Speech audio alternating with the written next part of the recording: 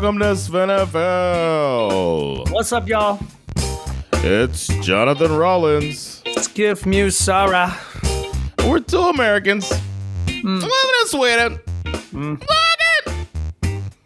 How about football? Yeah, man. we back at it. I want to first and foremost apologize about the last episode. I had some technical issues, and the full episode didn't come out. But if you want to, the full video is nowhere. Sorry, full video nowhere to be found. Audio, I'll put the ad free on Patreon, and then the other stuff or wherever you get your pods, it'll be there updated if it's not the full audio. But a cut off, it's a whole thing. Sometimes. I also felt just like really first time back after a while. I felt kind of rusty personally. Yeah, rust, man. Ring rust. I don't know if I've ever had this. I feel like I'm having a hard time transitioning from my summer vacation back to like, oh yeah, you remember your life that sits upon this dumpster fire of garbage. Do you remember that? It's still here, burning. Right. You can see it from space. No, I'm kidding. My life is not that bad. How's your knee? How's it going? I'm taking less meds. That's been my goal. It's I think I told you that I'm trying not to fuck with all that oxy stuff. They gave me a bunch of shit, man. I wish I wouldn't have cashed in on all of my, because I was like, I don't want to have to come back here. Just give me everything. And now I see I have a whole bunch of drugs that I'm not going to take. I'm going to have to donate to the pharmacy. But yeah, I didn't take anything the whole day yesterday. It's the first day that I've had that. Well, no, I took a morning. You wake up and you take it, and then I do my exercises.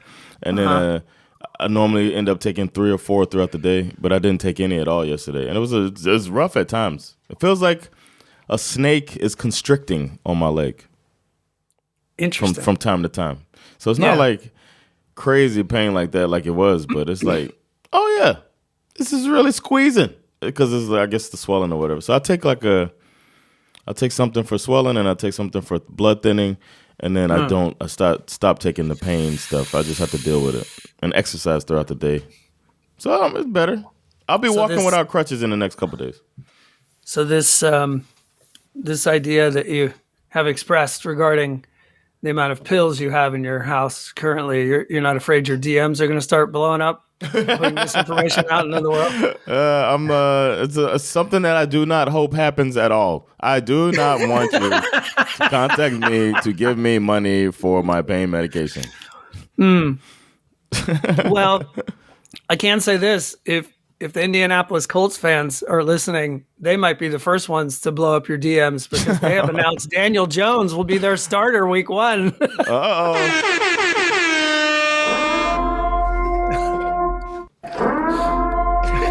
Get hyped, Indy. Get hyped. You got Daniel Jones, man. That means the best you can get is mediocrity, man. When you cap out at mediocrity. You know what I'm annoyed by? The reaction to this. Okay. The reaction to this, these pundits out here are fucking pissing me off, man.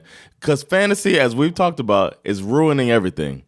And people are applying these fantasy values to football winning values. And sure, if you want to hedge, really not want to find out definitively if you wasted a draft pick by wasting a season, go for it. It's like you're gonna have a pissed off locker room if you have if you're putting the quarterback that's not the best option to win. If you're putting them out there just to make sure that you get your value on your pick, it's bullshit, man. These couch GMs get on my goddamn nerves, and it's like nobody's saying nobody talks about. They don't talk about locker room morale enough when they talk about these decisions, because the coach always has to think about, hey, man, these people they're seeing what I'm seeing. These are football minds all over the field. They see if I'm putting somebody out here who's not the best option. And if you got this guy who can't read more than half the field on defense and is going to bail and have receivers running routes for nothing because he can't read anything and he can't accurately get him the ball, the team's not going to like that shit. So Daniel Jones, your best option on the squad. Fuck your draft pick. I don't care about your draft pick if I'm linebacker number 4 on the team and I'm putting my career on the line, even though you don't seem like you're trying to get me to the playoffs. Fuck that. I love this rant so much. I did not know this was going to happen when I brought this up, but I'm here for it 100%. I'm sorry, man. Because I've been like watching them. I'm home, like I'm sitting up, I'm laid up on the couch, so I'm seeing a bunch of these first take, and I'm seeing people like Mike Tannenbaum, the former GM of the Jets. Used to be in the front office in Miami. And he's he's just somebody who's been considered a middle of the road GM or whatever. It's not like he put a fucking great team out there for the Jets anytime he was the GM. So I'm wondering, like, how's this guy gonna stand here and berate this team just because you don't get to fucking have your fantasy guy out there that might make a fucking great play? It's almost like a college quarterback who only played 13 games for a mediocre team. It's almost like they just made a mistake that he might be good in the NFL. Like, I don't understand why they can't just admit. I feel like that's okay. That's okay. Look what's your boy Shanahan. What did Shanahan do? He made this huge bet, took a huge bet on Trey Lance. And it didn't work out. And he was like, fuck it, cut your losses, get what you can for the guy, move on. And he happened to have also drafted the replacement for that, for that fuck up. So he got lucky in that he made that mistake, but corrected that blunder accidentally. But Indianapolis hasn't done that yet. But you can't just roll with it just to act like, just for working about value. Like, this value shit is annoying me, man. And I agree with you that obviously because of the small sample size of what Anthony Richardson did when he played for the Florida Gators, this was like both like kind of one of those like fantasy football Moneyball type picks. Yeah. You know what I mean? Where it's like we're basically looking at him as a human specimen, right? Mm-hmm. We're looking at the measurables, and we're thinking to ourselves, if we can get this guy to do what he needs to do in the NFL, this might be like the next great quarterback. And it hasn't worked out. And clearly the moment that you bring in Daniel Jones and he wins the starting job is the moment that you need to basically say, we fucked this up. Yeah. Like, tell me you fucked it up without telling me you fucked it up. And you know what? Do that. If I'm a Colts fan, do that. Tell me you fucked it up without telling me you fucked it up. But I want to see on the field, I want to see the best thing that you can give me as a fan. You getting my money. I'm wearing your fucking jersey. I'm rooting for the team. I'm hoping, as Colts fan that Daniel Jones, the best of Daniel Jones, was good. That good season, Brian Daboll's first season, we got a good Daniel Jones. The best version of him is better than the best version of Anthony Richardson. Let's go, rooting my team on. But I'll be like annoyed if we're just trying to really hoping for this crazy, and we'll get a good play. You'll get a good scramble. You'll get a deep, crazy pass, a couple of those in the season. But is that worth ruining my season and ruining the locker room morale because the GM wants to keep their job? No, I don't think so. And this ongoing saga of like, the Colts quarterback situation since the, surprise retirement of Andrew Luck is it's a joke. It's like, I would be so annoyed with my team if I was a Colts fan. Yeah. So, I mean, there is that, obviously the reaction to this from Richardson's agent, they feel kind of betrayed, so to speak. I think that was even the word he used. Like they felt, that's understandable. They felt like, okay, we got these two quarterbacks in the room. If everything breaks even, then Richardson is still the starting quarterback. That's the way they saw it. It turned out to not go that way. And so now he's saying like, oh, basically, I think his agent is trying to get him out of Indianapolis. Do what you do, man. Do your agent thing, whatever you got to do. But what I got to do as the Colts front office is try to win. And your guy doesn't do it for me. It's not a good match for the coach we have, who overachieved last year with what he had. And I know that in a world where we have, players like Josh Allen who didn't start out so great, or players like Geno Smith, who had a resurgence. Obviously, those are all different cases, man. I would avoid this dude with like the fucking plague. You've got articles out here all over the place with like landing spots. Like people think the Rams should get him. What's the other team that I thought was a joke? The Ravens. I'm like, give me a fucking break. No. As a backup? Yeah. The only place on this landing spot list that makes sense to me are teams that just aren't serious people, like the Saints. Cleveland. Let's add them to that Cleveland show. That would be hilarious. Let's see what's going on out there. Yeah. But the Giants are also dealing with their own little sort of quarterback situation. I mean, we'll get to the hot seat episode closer to the start of the season. But, Dayball's in a very weird situation, given that, they went out and they got Russell Wilson, they got Jameis Winston, and then they drafted this rookie Jackson Dart out of Ole Miss. And he's just been ripping it up in the preseason. Yeah. And now he's got everybody out here predicting that he might steal the week 1 starting job outright. From Russ? From Rainbow Russ? Yeah. I don't know. I mean, maybe. He can't really afford to wait for Russell Wilson to adapt or, hope that things like I think the leash, at the very least, the leash is very, very short. Yeah. The Giants do have what is considered one of the toughest schedules. Their schedule starts I roll my eyes every schedule conversation. I agree. And for instance, I don't think the Commanders are going to be as good as they were last year. I don't think the Chargers are going to be, I don't know what they're going to be. But they do whatever. There's a reality that if they don't start well in the first 4 to 6 weeks, they're going to have to pull him and put this kid in there. So to me, it's kind of fascinating. Yeah. And Jackson Dart, to be fair, I've watched him play in the SEC. It's not a very complicated offense. But the one thing he can do is just grip it and rip it. He's a very accurate passer, and he's also kind of sneaky hard to tackle. Yeah. He scrambles. Yeah, I was watching him a lot. I've been watching a lot of football this preseason. I've been checking out these. It's been mainly to see what the quarterbacks are looking like, and he's been impressive, man. I was thinking that with Russell out there, hey, Rainbow Russ, watch yourself. Mm-hmm. Yeah, it'll be interesting because I think one thing the Giants do have going for them is that they really tooled up on defense. So there's a reality that this team could be better than people are predicting. I think but Jackson Dart was throwing into some vanilla defenses, so we'll see once schemes start coming, and he's patting that ball a little bit more. Yeah. Yeah, we'll preseason's a lying little bitch. You never know. Lying little bitch.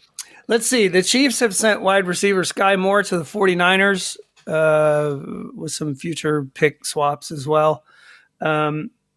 Primarily, this is due to the 49ers announcing that their wide receiver Demarcus Robinson has been suspended for 3 games following a DUI charge.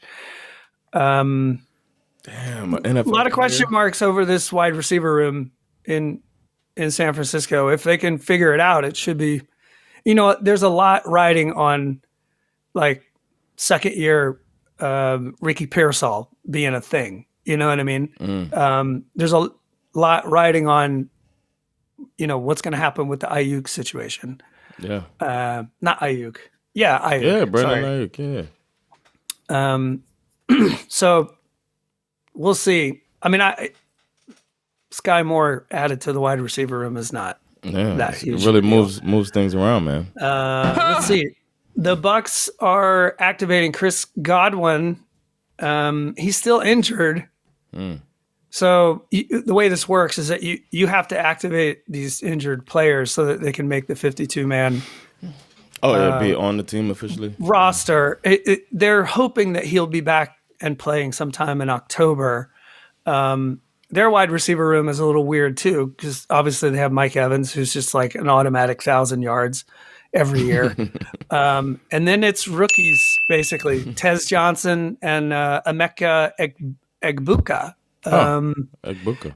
Because their second-year receiver who did quite well after Godwin was injured late in the season last year, this guy Jalen McMillan, has a fairly serious neck injury that might have him out for the majority of the season as well. Damn. Wow. And then you throw that missing the left tackle Tristan Wirfs too. This is all sounding very delicious to me and my Falcons' hopes of winning the NFC South, of course. Oh, yeah. You know? And they lost their offensive coordinator, Liam Cohen. Exactly. Yeah, which we learned from the NFC South coaching breakdown by Jonathan Rollins. We learned that. What else happened? Yesterday, the Steelers decided to play some starters in their final preseason game, and it appears to have cost them their rookie first-round edge rusher, Derek Harmon. We do not care. Well, Tomlin cares. He's describing the knee injury as significant, which is about all the adjectives you're going to get. That'll be the last time that I address it. Yeah, exactly. Never say never, but never. Let's see what else we got here. Did you hear the story about Andy Reid? No. This story just came out the other day. In May of 2024, a bullet was fired into the office of Coach Andy Reid while he was in the like someone shot a bullet into his office while he was in there. Like on purpose? I don't know. What does that mean? Someone like we need more details. Was his angry wife? I said, "Come home for dinner."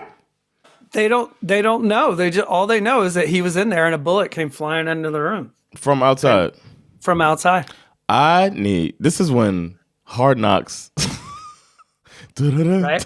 Like if they had a Hard Knocks camera in there, watching Andy Reid try to get down when the bullet goes through, boom, and he gets like, oh shit, Andy Reid's big ass movement, like trying to get to the ground, has to be hilarious. Per the report, the bullet became lodged in a wall roughly 15 feet from where Reid was sitting. It happened shortly after midnight on May 4th, 2022. Ooh, after midnight. Interesting. Oh, May 4th. That means it was a Star Wars fan. May the 4th be with you. Sure. Yes. Maybe somebody's just celebrating Star Wars. They should have used a lightsaber. Sure. The shooting remains under investigation. Andy Reid has now put bulletproof glass in his office. Damn. So May the 4th, too. They were mad about the schedule. What happened to the draft? Maybe. That's right after the draft. How dare you? So probably the most entertaining story that's happening at the moment is this ongoing saga between Jerry Jones and Micah Parsons. Jerry just cannot shut the fuck up. He can't. He claims that they had some sort of a handshake deal at one point last year. Still dissing the agent. He claims that the deal was all set and ready to go, and that when they sent it to the agent, he said this in an interview. He said the agent told him to stick that deal up his ass. Quote. Jerry Jones said that. Yeah. He said the agent told him to stick. Yeah. The agent told him. I said, forget about it, cuz. Yeah. The agent told us to stick it up our ass. The agent, I think I said...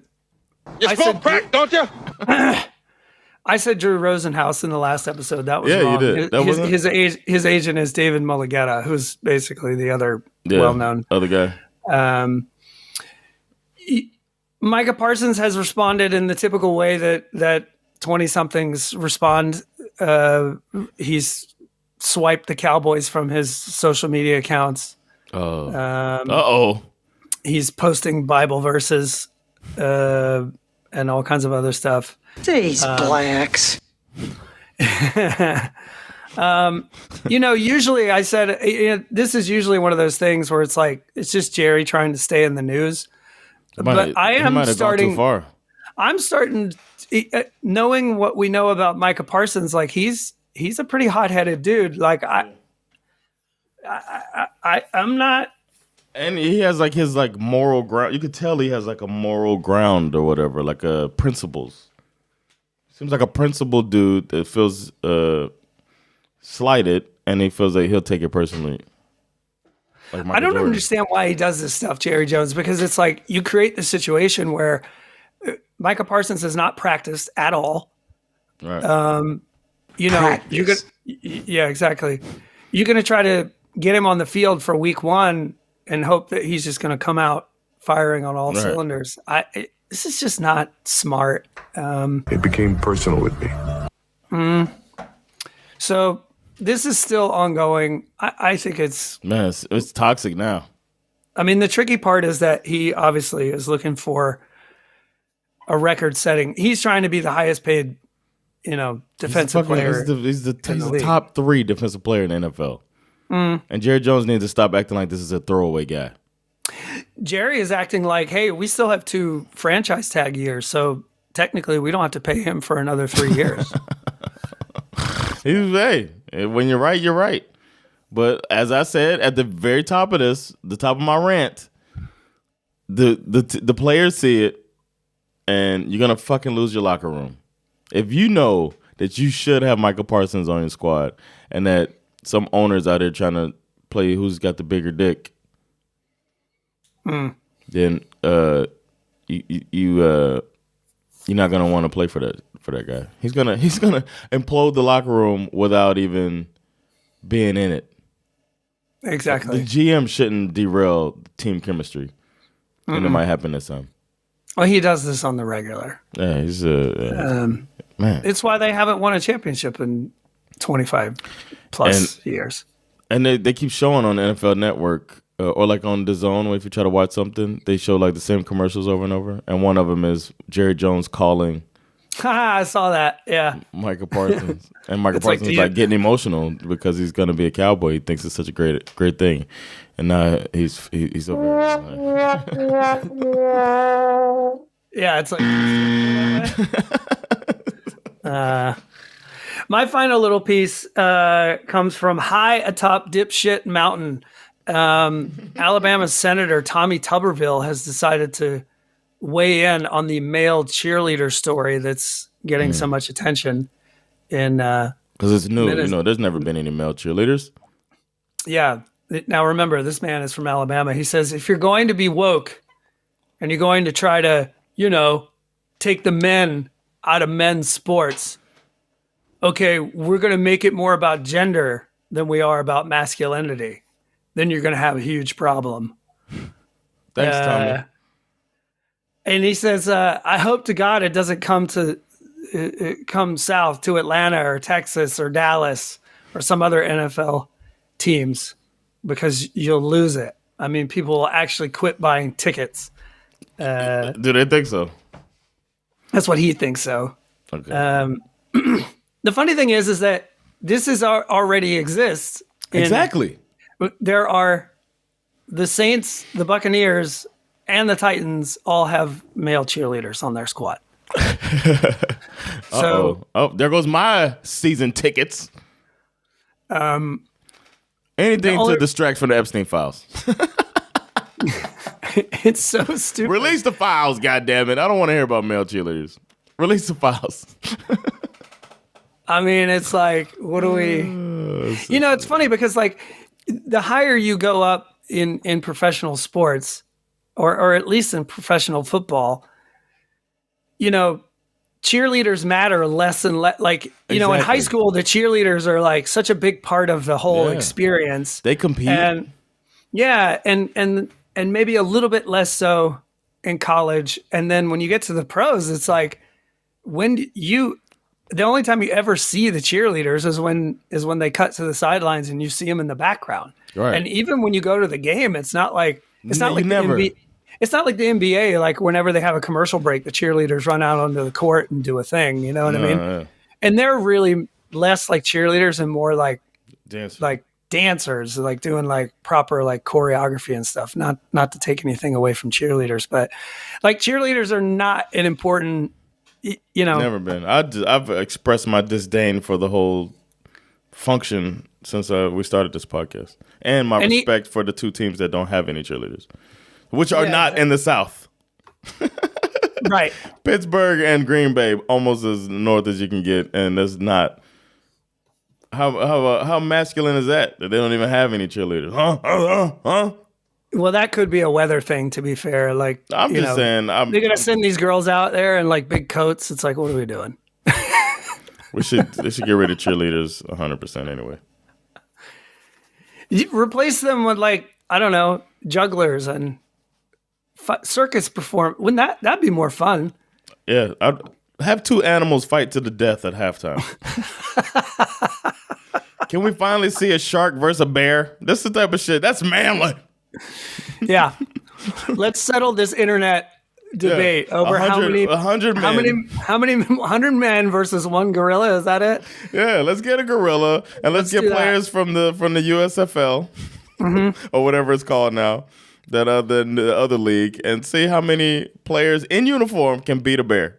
And the ones that don't die make it onto an active NFL roster. Yeah, you get a practice squad. Yeah. Hey, I'm not saying my ideas are all perfect, but that's a goddamn perfect idea. I'd buy a ticket for that. Nobody cares about the game. Get boo! These heckling players. Get off the field. We want to see the fight. Yeah. Yeah, this is dumb. I don't. Or you can have 100 pundits who think Anthony Richardson should be starting. They fight a bear, a gorilla. I'm sorry, maybe a silverback. I mean, I just think people are going to keep talking about this. It's so stupid. I just hope nothing happens once the season starts. Yeah. All right. Should we get into the AFC West? Is that all our news? Such a good division. Let's do it. All right. Well, first we'll take a break and holler at our friends at Brisket. All right. It is now time to talk about the it's time to move on to the conference, the AFC. We've done all the NFC teams, and now because they won the Super Bowl, and now we're on to the AFC teams, and we're going to start with the AFC West because they represented the Super Bowl last season, and I did this in 2021, so there's definitely been movement since then. So, but not crazy movement like there was in like some other divisions. Some of these NFC divisions, NFC normally is lagging behind the AFC in the past 30 years. Mm-hmm.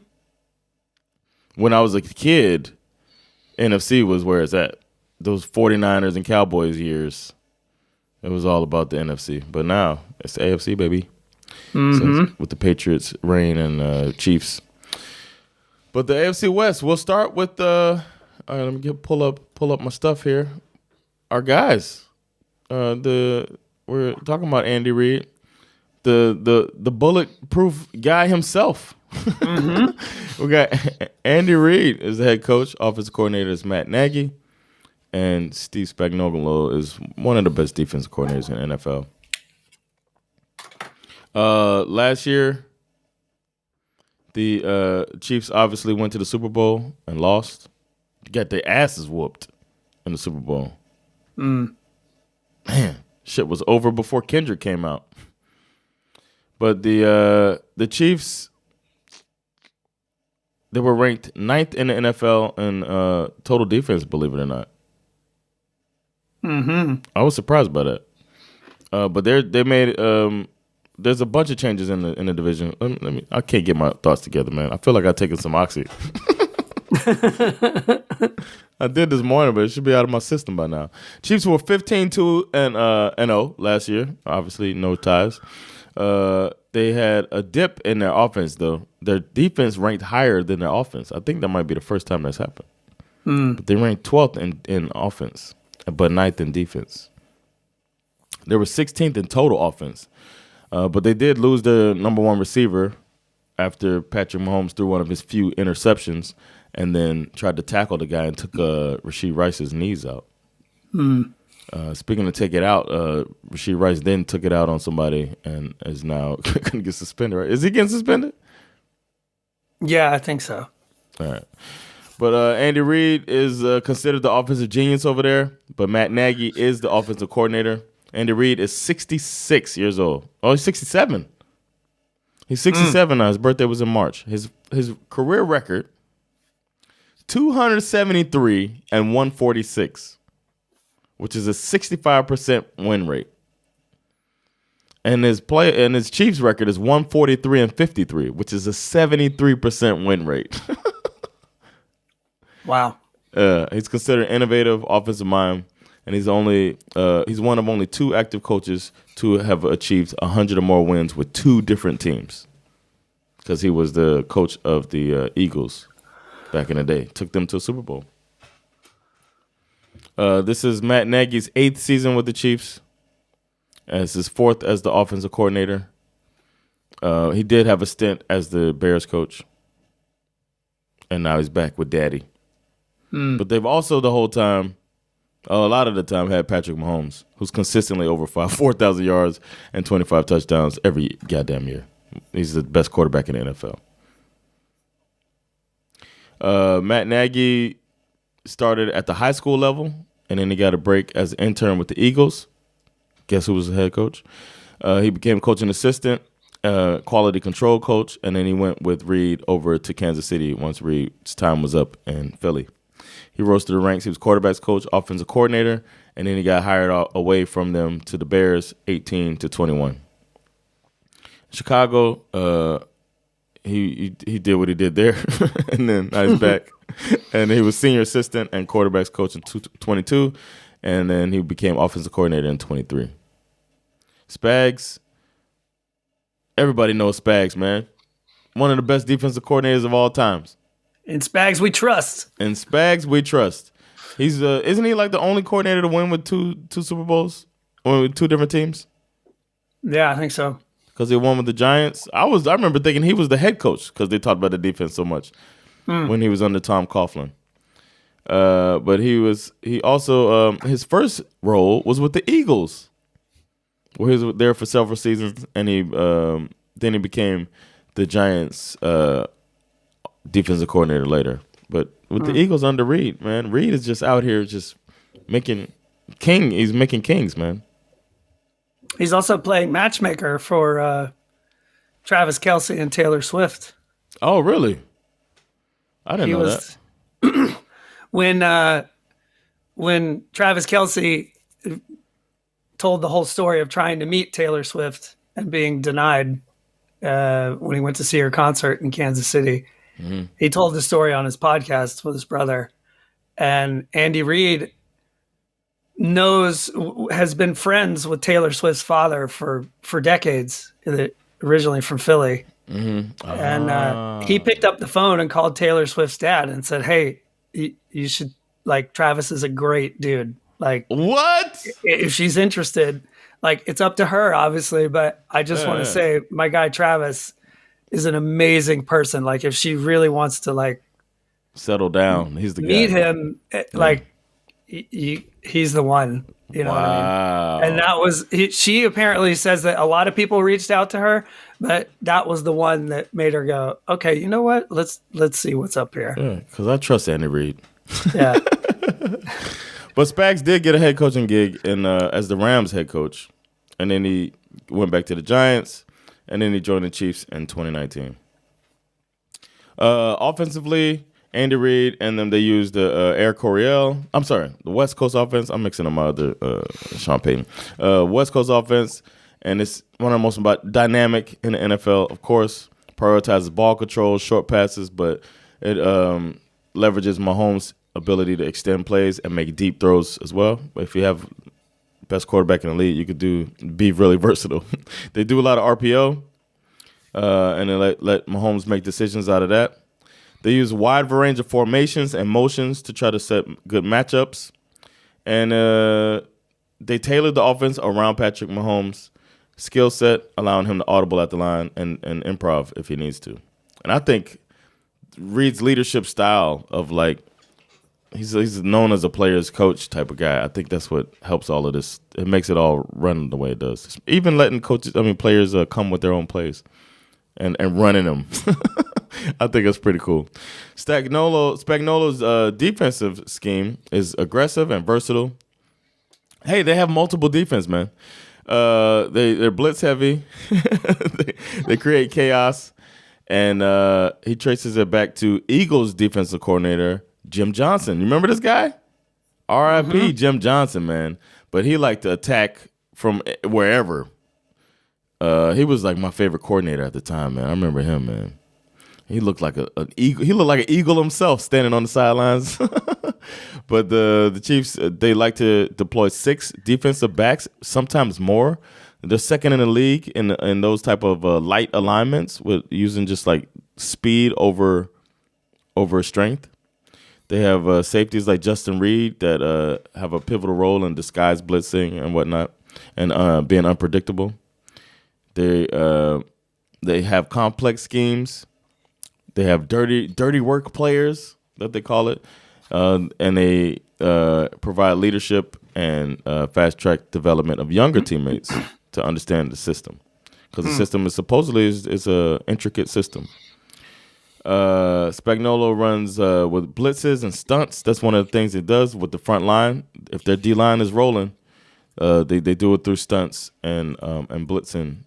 And creating matchup issues on the line and confusing the quarterback. They do multiple looks. So pre-snap, you'll see one thing, and as soon as the ball snaps, the defense has shifted into something else to ultimately confuse the offense and create turnovers, because they like to do pressure and disguise coverage to create turnovers. So that's the Kansas City Chiefs in a nutshell, man.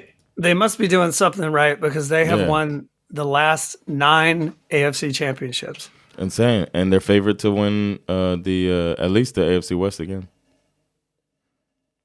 I think they're favored to win the AFC again. Then we're on to the Chargers, man. With this new coaching staff that seems to have done another Jim Harbaugh turnaround. Especially what happens, man. He just turns teams around. They were second place in the West last season. They went 11-6 after having a really shit. Didn't they only win 5 games the year before that? Something like that, yeah. Yeah, it's just Jim Harbaugh doing what Jim Harbaugh does, besides letting you realize what his name is. They were first in the NFL in points allowed per game. Offensively, they were 11th in points per game and 20th in total offense. So defense was ruling the day over there. Their offensive coordinator is Greg Roman, and defensive coordinator Jesse Minter. One thing I've noticed with the Harbaugh brothers, man, they're pretty incestuous with their staffs.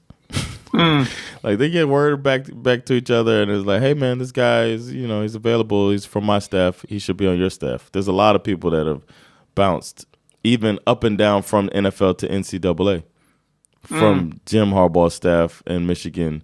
Or Stanford will be now a Ravens staff member, and vice versa, stuff like that. But Harbaugh was hired last year, and this is his second season as head coach.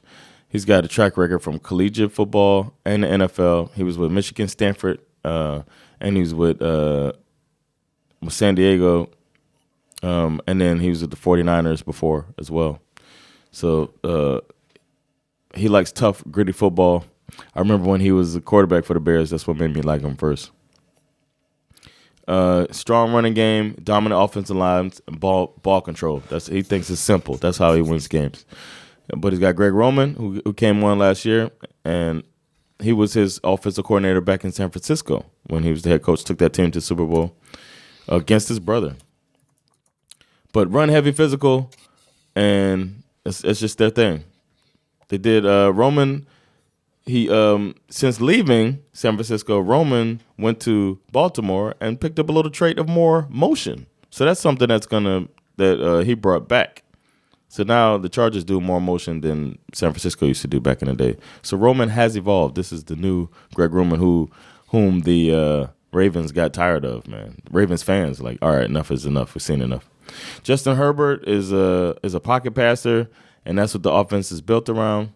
So they want to use his arm talent and keep the defenses honest with the run game. Roman has been affiliated with the NFL since 1995. Wow. Yeah. With the Panthers. He coached the Texans. He coached the Ravens. He's best known for his time back with the 49ers and the Ravens, of course. He was credited with coaching up Lamar Jackson to be an MVP level quarterback. And now he's going to try to see what he can do over there. Then on defense, you got Jesse Minter, who looks like Jesse from Breaking Bad. He does a little bit. He's a young. He's considered a rising defensive mind in the NFL. He's coaching at the collegiate level. He had coached at Notre Dame. He coached at Cincinnati and Indiana State, and then he got on with Harbaugh. That's when he started working with him in Michigan. And he got NFL experience working with the Ravens. He came up from a defensive assistant, defensive backs coach, and went back to college from the Ravens. And that's when he went to Michigan. He went to college. He worked as defensive coordinator at Vanderbilt. Then he went to Michigan. So this Harbaugh incestuous nepotism shit is really going crazy. But the Michigan Wolverines won the national championship, as we all know, and now Harbaugh brought him up to Chargers. They more or less stole a national championship, but that's fine. Minter, he doesn't have like a cemented defensive philosophy yet. He's only had one season with the team. But at Michigan, they were the top-ranked defense in the country the year that they won it all. And that year, they also just ran the ball and played defense. That was just their whole staple. Chargers defense they were pretty good before he got there, but then, no, Brandon Staley year. The year before that, they were good. Then Brandon Staley had a shitty year. And then last year, Chargers ranked first in points allowed per game. So Jesse Minter might just be that dude. His philosophy is so far considered physical, fundamentally sound, multiple fronts. So sometimes 3, sometimes 4 on the front. 2 high safety normally to disguise their coverage and prevent big plays. The scheme's not tied to 3-4 or 4-3, but it just depends on the situation, what he'll use. And I've always thought they had a really good player on every layer of the defense. That's just kind of been their thing. But their defense getting a little older. They like the offense to drive.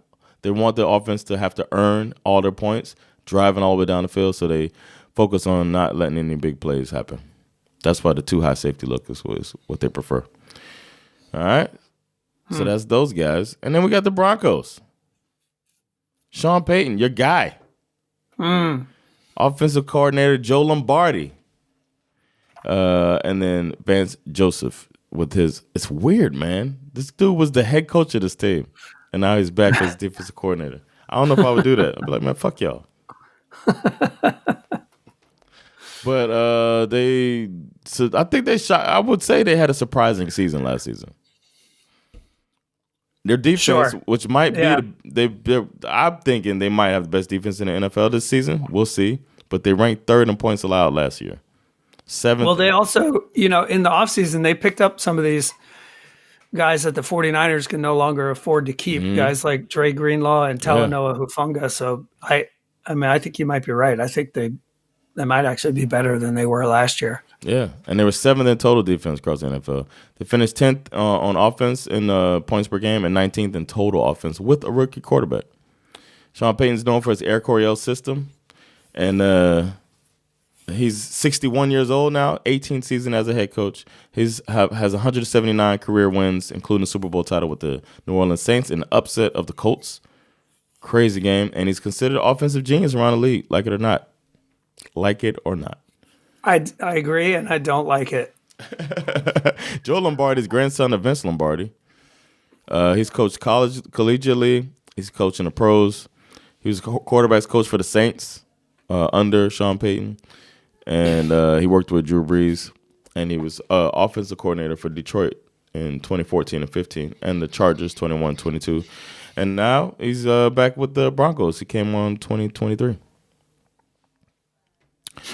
Vance Joseph, man, he's been around the league. He's coached 49ers in 2005. He's coached for the Texans, the Bengals, the Dolphins, where he was the defensive coordinator under Adam Gase. He was a head coach of the Broncos after that. And then he became the defensive coordinator for the Cardinals, and then back to the Broncos.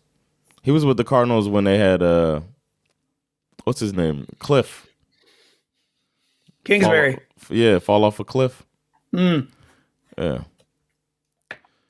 So Joe Lombardi's philosophy, West Coast system, but it's, his philosophy is West Coast, and then Sean Payton's philosophy is Air Coryell. So it's like we got some more multiple, but he's a disciple of Payton, worked with him several years, so they know what they're doing. They've been working together since Drew Brees days.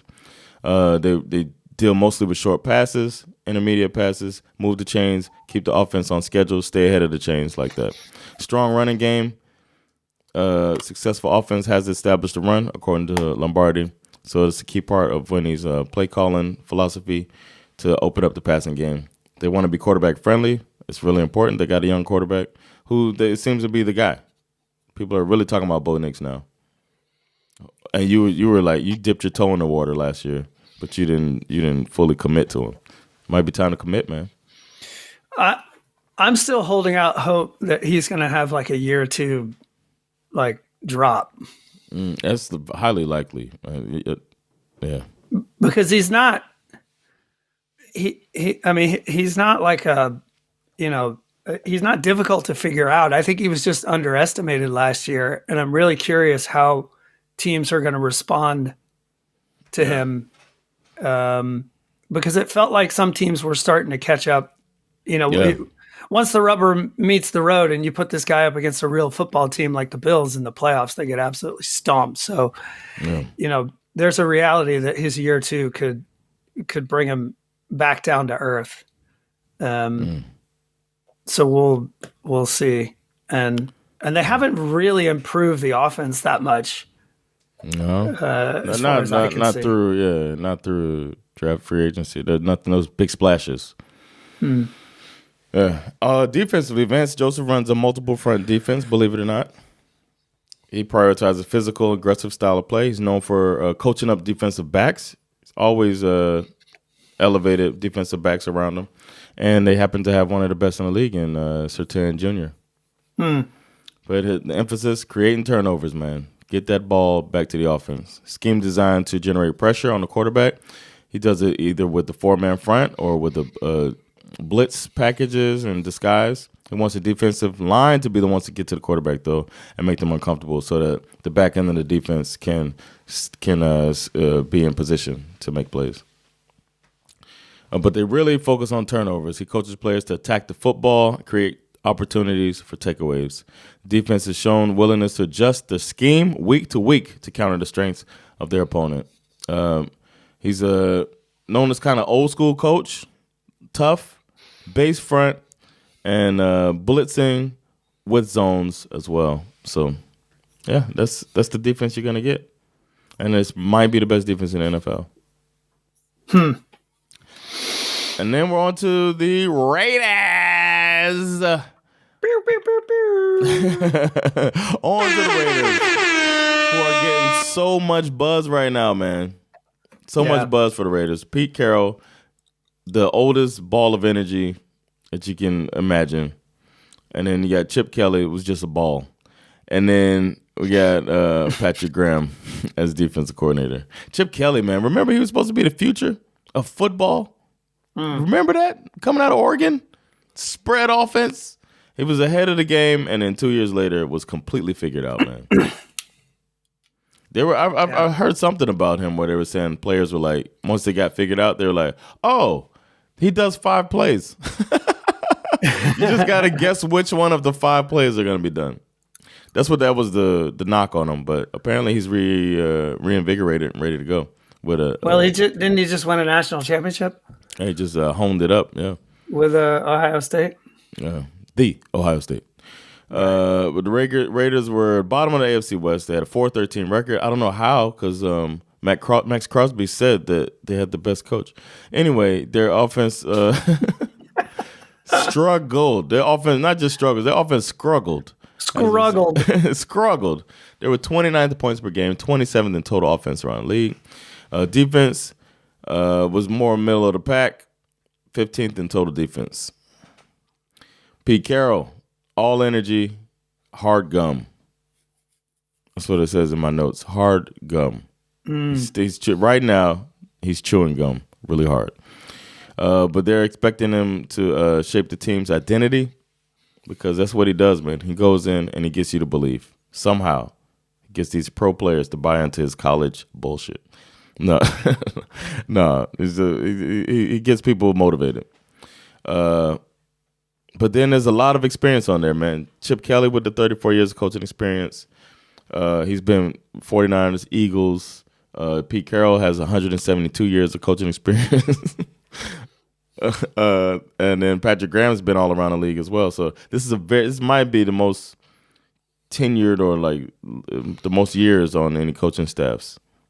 I didn't count it, but they're up there, man. On offense, Kelly is like I said, he had that spread offense in Oregon. It's high octane. It was a big success there, and then he came to the NFL. They changed jerseys at the same time too. Like, didn't they have the jersey thing when because Oregon made the jerseys so popular with that green and that yellow? And then Chip Kelly came into the Eagles, and it was just a whole He had a good first year, and then he was only there 2 years and he got fired. But UCLA, he was there for a bit, and then he went on to Ohio State, and now he's with the Raiders as the new offensive coordinator. Patrick Graham, on the other hand, started back in 2009 with the Patriots, got a Super Bowl ring, then he went on to the Packers, and then he went on to the Dolphins, and then he went on to the Giants. I remember when he was on the Dolphins. So he's bounced around a lot. But he went to the Raiders in 2022. And in a rarity in the NFL, they fired the staff but kept this guy. And to me, that says a lot about a coach. When they're like, no, he's good. We'll keep him. Unless Max Crosby was smacking the table for him. Who knows? Or he knows some dirty secrets or something. Yeah, he went to the party, man. He was at the party. Chip Kelly's offensive philosophy, high tempo, innovative, up tempo pace. They play fast. They try to play faster than their opponent. A lot of no huddle. They try to wear down the defense, keep the substitutes from coming into the game to spell them, and then make them make mental mistakes. They do a lot of RPO normally. Lets the quarterback read the defender, decide either run or pass the ball, or give it to the running back. Which, RPO, for those that don't know, stands for run pass option. So the quarterback has to make a decision. The quarterback happens to be Geno Smith, very familiar with Pete Carroll. And then it's a simplistic system. It's designed, as they say, hey, God, I hope so. Simplistic system. For their sake. Yeah. So that they have to make these decisions, but they know that it's like, these options here, this is what you got. So it's supposed to let the players be able to move fast and get it done without being too complicated. Defensively, Patrick Graham is detailed and player-centric approach. That's his thing. The Raiders' defense showed improvement since he's been there. He's using different play calls to put players in position, the best position to find success, according to him.